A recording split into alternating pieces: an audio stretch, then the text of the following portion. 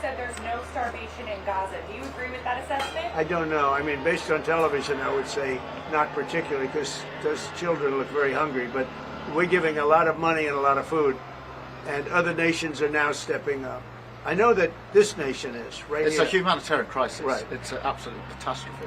And Nobody wants to see that, and I think people in Britain are revolted at seeing what they're seeing on their screens. So we've got to get to that ceasefire, and thank you, Mr. President, for leading on that, and also to just get more and more aid in. And again, America's done a lot on this. A lot of countries have done a lot. We're now working with Jordan on getting direct aid drops in, but this is a desperate situation. Mr. President, do you think Israel has done all it can do to avoid civilian casualties in Gaza? Well, I think nobody's done anything great over there. The whole place is a mess.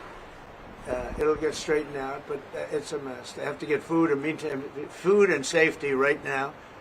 And ultimately, look, Hamas did a horrible thing, and they paid a big price, but Hamas did a horrible thing. But I always said, when you get down to the last 20 or 10, get down to 20, we got a lot of hostages out.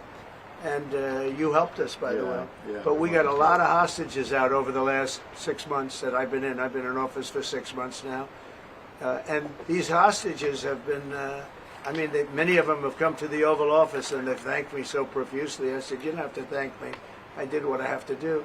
But I always said, when you get down to the final 20, they won't release them, because that's like their shield. Very unfair. And so something's going to have to be done. And they were really unwilling to talk. But I've said that. You'll get down to the final 10 or 20. It turns out to be 20. I thought that would be the number. I said, they're not going to be dealing with us. And, many of the hostages are now dead. You know that. And parents come up to me. A woman came up to me 2 weeks ago. She just wants her son back. And I said, how's he doing? My son's dead, sir, but he's with them. And we want the body. She wanted the body of this young boy, of her young, beautiful son, just as much as if he were alive. It was just as important. There was no difference. And it's a tragic situation, frankly. But we got a lot out, and now possibly the fight will have to be a little bit different. But they have totally changed now. They don't want to give hostages. Very unfair. You have 20 living people.